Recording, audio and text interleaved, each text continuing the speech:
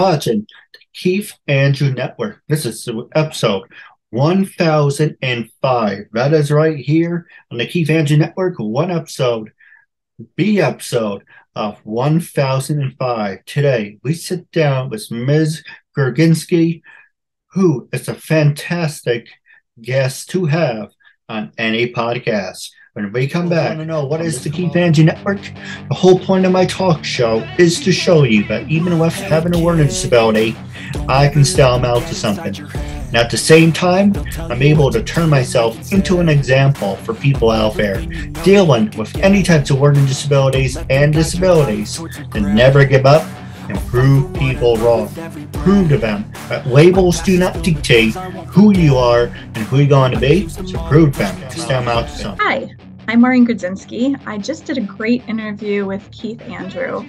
Please watch, like, and share. Now, the first question I want to ask you to tell our audience all about you.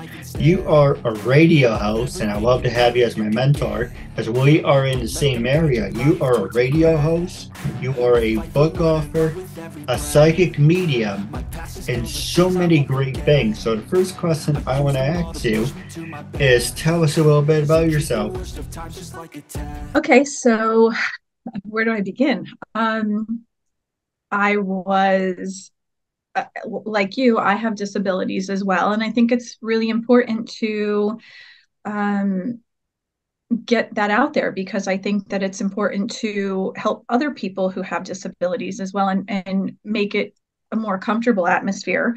I had mold poisoning and heavy metal poisoning. So it wasn't something that I started out with, although I did have a dormant disability that I probably should have known about as a kid, but it wasn't something that was it wasn't something that you were able to see immediately, and it's something that's extremely rare. It's called dysautonomia, and I also have Ehlers-Danlos.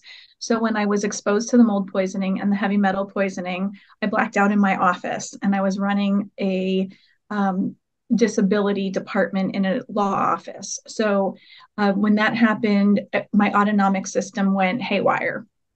I always had abilities since I was a young child. And when I became unavailable to work a regular job, I decided that it would be a good idea to use what I had available to me to work. So I started doing tarot card readings and mediumship. And I thought it's a good idea to use what is positive to help others. So I thought, my mom passed away, and I was hoping that someone would help me with closure and positivity and love and light. So I began doing that. And I also became the mayor of my borough, which it seems so on the opposite ends of the spectrum. It's not even close. So that kind of catapulted. And then I realized later that when I was the mayor of my borough, I was able to perform marriages. So that was one of my favorite things to do, because it's kind of like working for Disney, where no one is angry when you're marrying someone, and it's like the happiest day of their lives. It's, the best thing you could possibly do. So I incorporated that a little bit. And it kind of snowballed and snowballed and snowballed. So I just, I was cleansing homes, and I was helping people bless their children. It's not like baptism, but it's similar. And doing baby showers and weddings and, anything I can get my hands on. And I got to the point where I was no longer mayor, and I wasn't sure what to do with myself. So I just really focused on my business. And I really don't like to sit around, even though I kind of had to, because it's what's wrong with me. I do, tend to faint quite a bit. So I had to keep my feet up. But I had this whole thing kind of blew up so much that people just started calling so often. I was doing weddings, 2 hours away.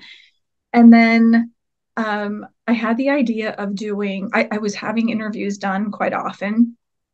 And then I decided I really wanted to do a podcast, and it turned into kind of like a TV show slash radio slash podcast. And I did about 4 episodes myself.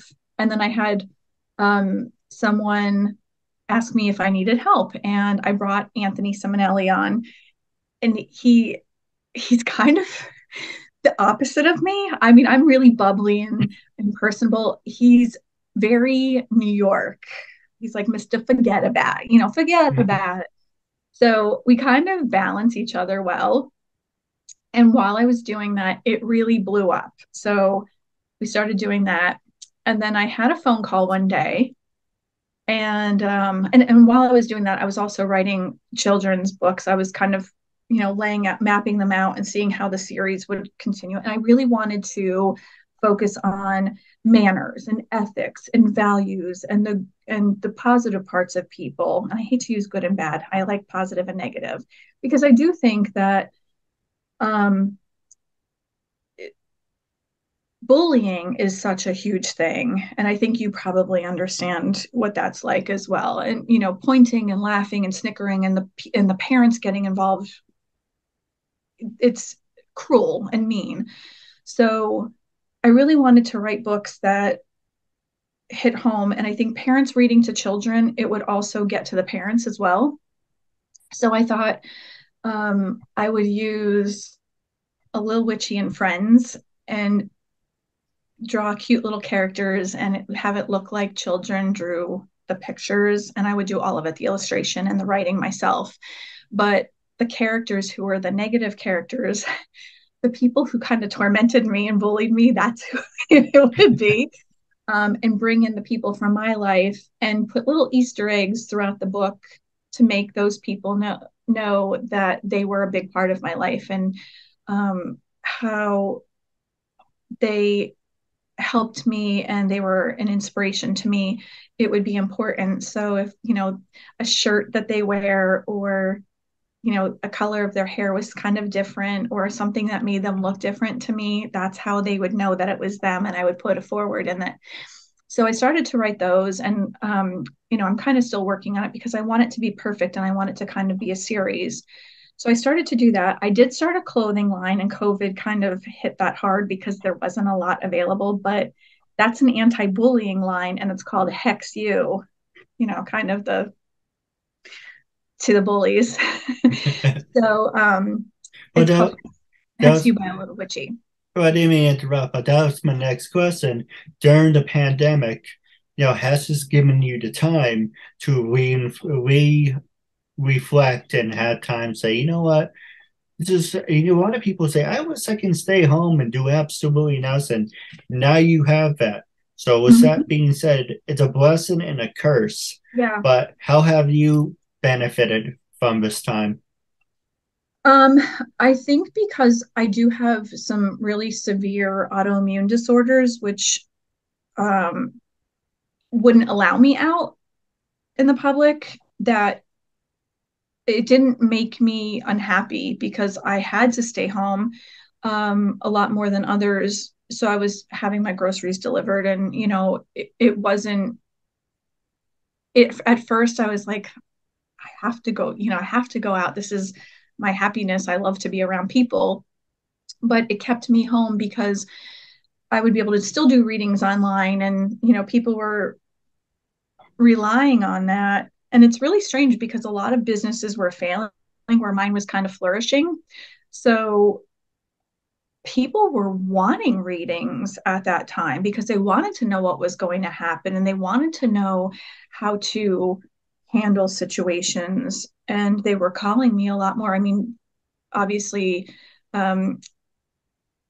weddings were being canceled because they couldn't be in a large public space. So instead, they were opting to do small weddings in the woods, or they were wanting to do weddings at their homes. So, in that aspect, it was helping me. And I was able to sit down and, map out what I was going to do next. My Hex U business didn't work very well because I was not able to get the materials I needed, like t-shirts or sweatshirts or whatever.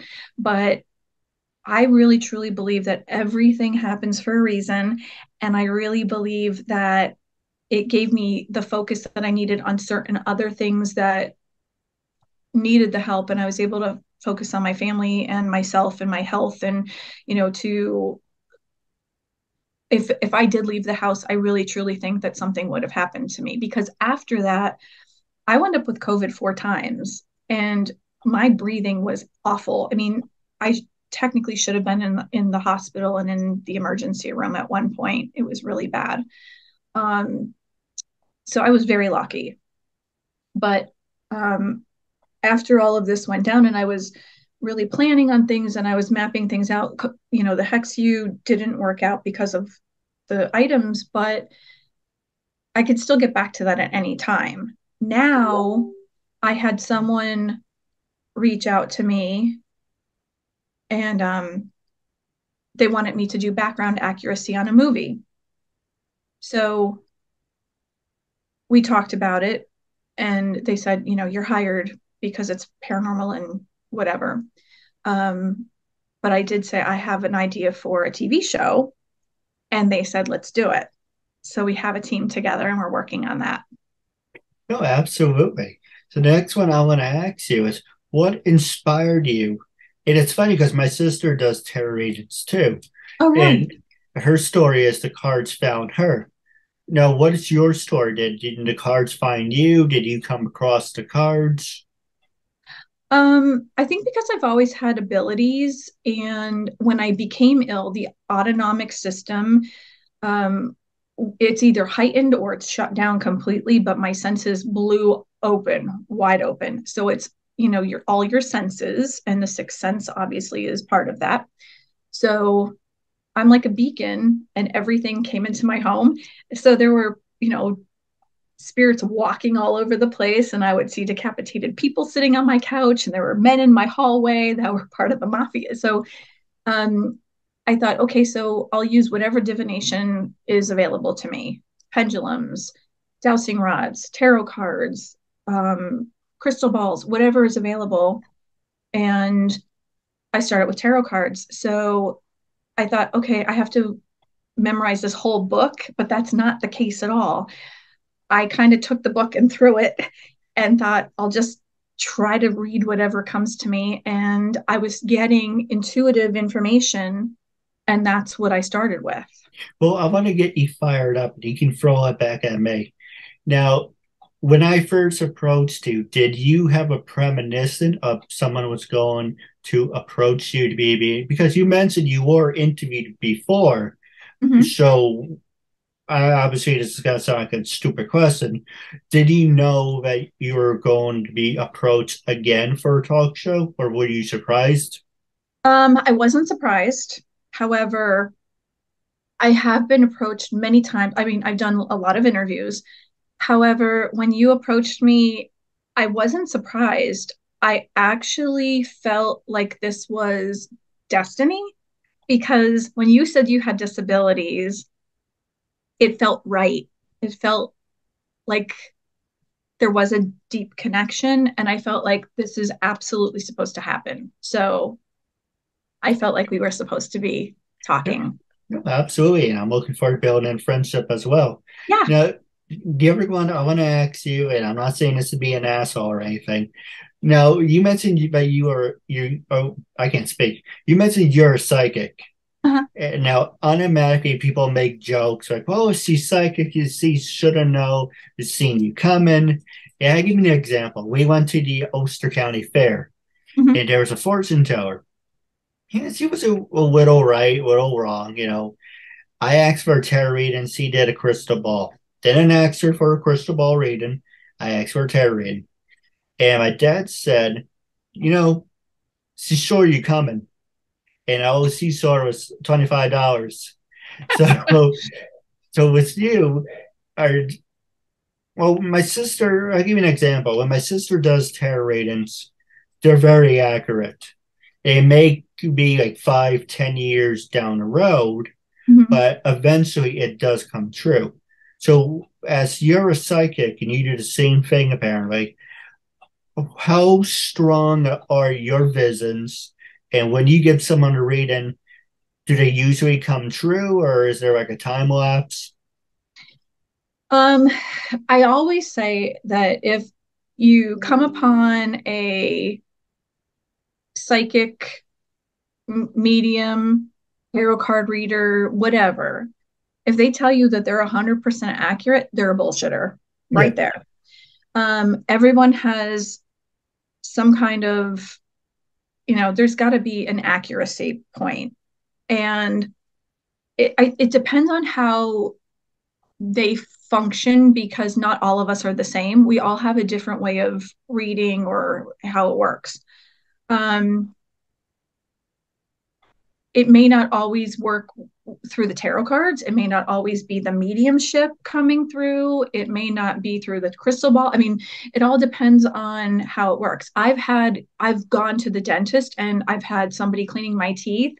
And because it's so invasive, because she had her hands in my mouth and I'm looking at her eyes, I've told her that she was going to go on a trip and she was going to fall. And I said, if you fall this time, you're never going to be able to walk again because of your last fall. And she was like, how did you know that?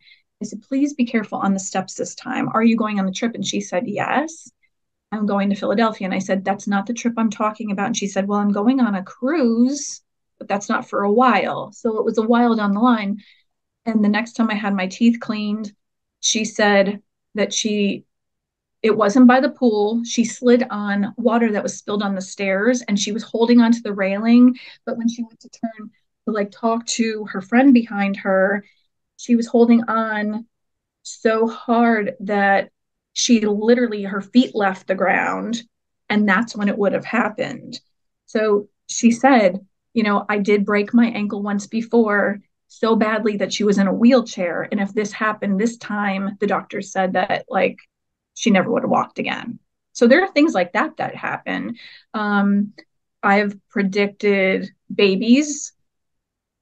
My girlfriend was at the OBGYN and she didn't tell anyone she was pregnant. And I sent her a message. I said, are you pregnant? And she said, I was actually naked in the doctor's office and they were telling me that I was having a girl and I haven't told anyone yet.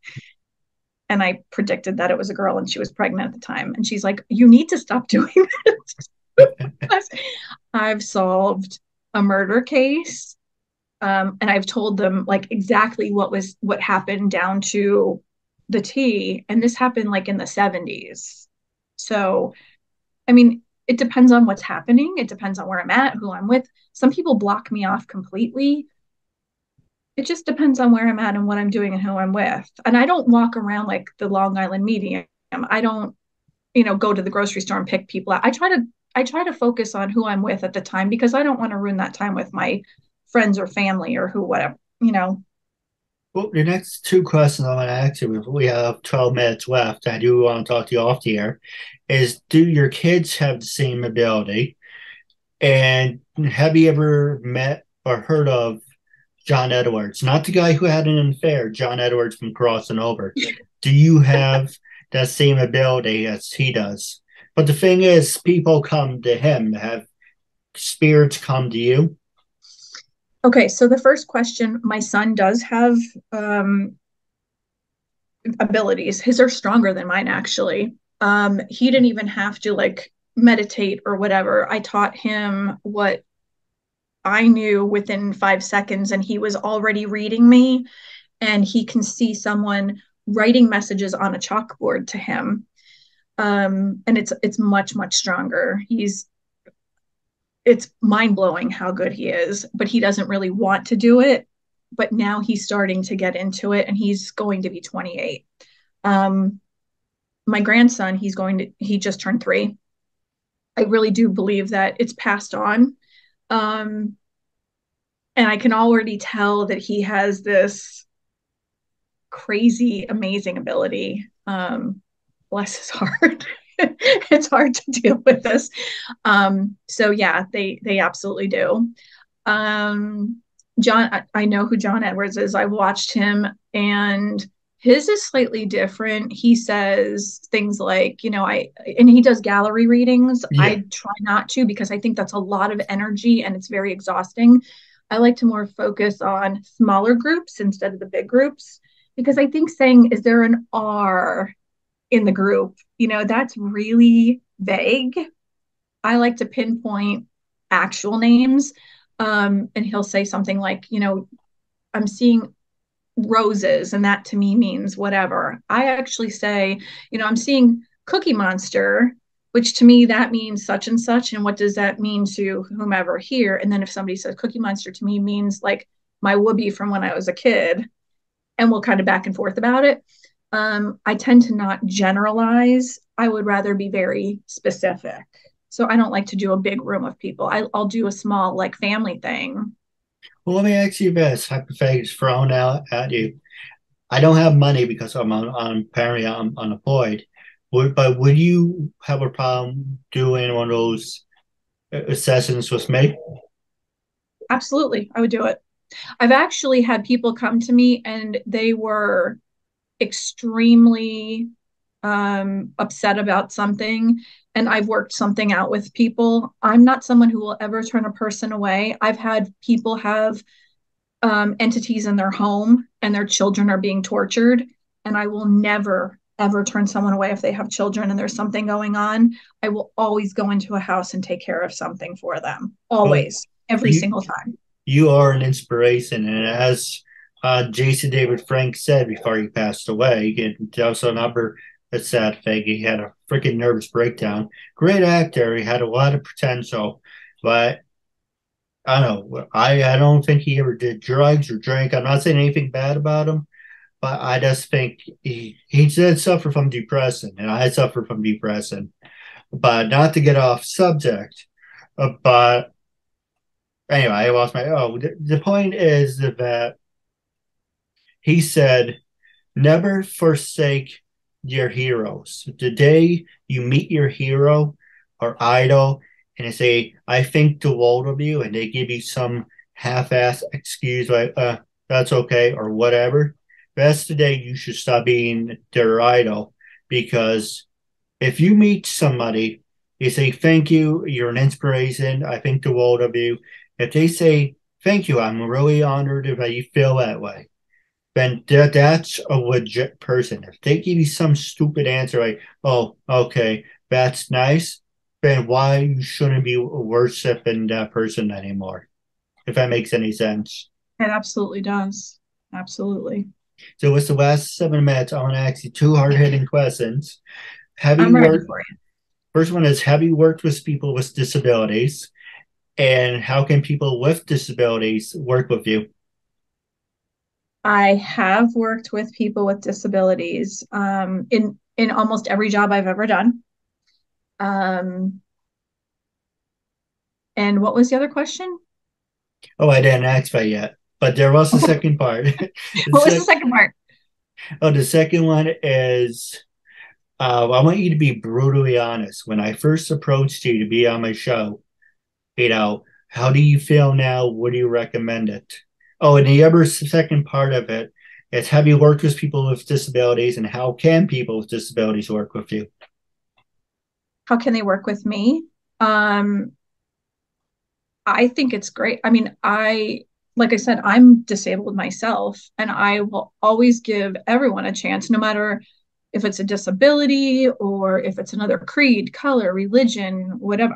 I think outside the box, and I think it's amazing when, you know, anyone can work with another person, no matter what it is, a different belief or um, I think it's amazing when you kind of think outside the box and you use that other belief system or whatever it is. I'm a witch. I'm not Wiccan, but I take little bits and pieces from all different religions and I kind of put them together, all the beautiful parts of it, because I think that that's the best way to make the world go round. It's what makes it interesting. That's the I best mean, part of it. I'm Jewish, but I'm not religious or anything. I believe in God. I believe in the devil, yin and yang. But to be honest, I celebrate the holidays out of respect for my parents. Mm-hmm. Besides that, there's only holidays that actually mean a lot to me. Thanksgiving, I call it Christmas. Christmas is half Christmas, half Hanukkah. It's so Festivus for the rest of us. pretty much, pretty much just celebrate it on the same day, and and that's really about it. I just Passover and Yom Kippur. I mean, it's not to get off subject, but when my grandparents were here, Yeah. it meant a lot because they kept the family together. Now, unfortunately, my grandparents passed away. Um, we don't see the other side of the family. And besides that, they're assholes because, long story short, I said I had a talk show. This is what I'm doing. I like to have your support. And it's like, no, they want nothing to do with it. So I have my immediate family. So again, out of respect for my parents, yes, we do the Jewish holidays, but I'm not spirit. I am spiritual. I am not religious. I do not go to church. I do not go to temple. I don't do any of that because I, like my show, I break labels. I don't like to be labeled because if I did label myself, but at the same time, I'm telling people hashtag break labels. Yeah. Then you sound like an oxymoron. So it's like, which one is it? You're saying you're labeled, but you're telling people to break the label. Anyway, that's just my little thing about that. I agree with you on that one. I really do. So, with a couple questions I want to ask you off the air, but it's the last 4 minutes, so I'll pass it over to you. How can our fans and listeners get in touch with you, and where are you heading to next? Okay, so I'm heading to, let's see, I will be starting, my talk show is on Thursday nights from 7:30 to 9:30, and that can be seen on my Facebook page, A Little Witchy. It's also on my YouTube page, which is A Little Witchy. It's also on ERRT Radio YouTube and Facebook page, and it's also on BB3 TV Facebook and YouTube page. It's also on UG Media, UG Media, which is in the UK. So we're now global. And I think it's www.theug.uk.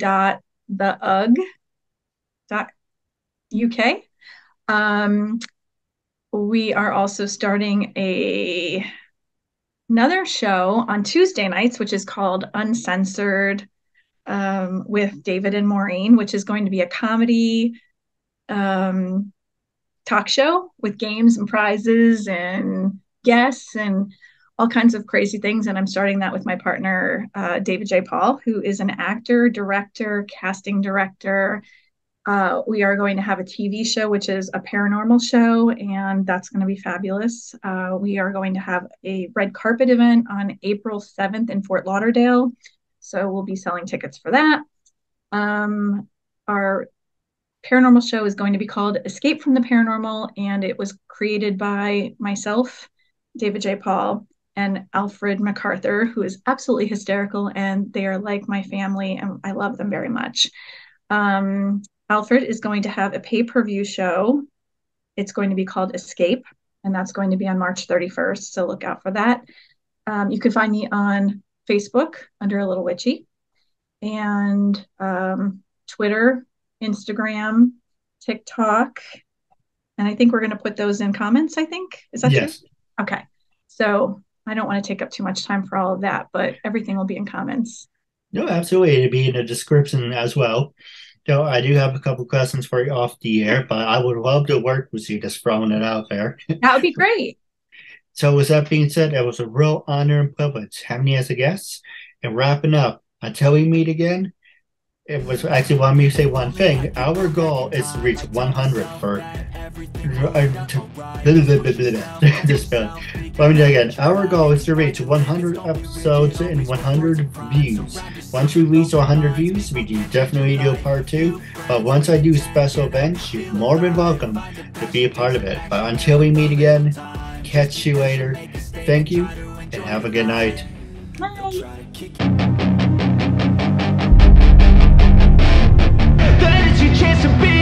Hey kid,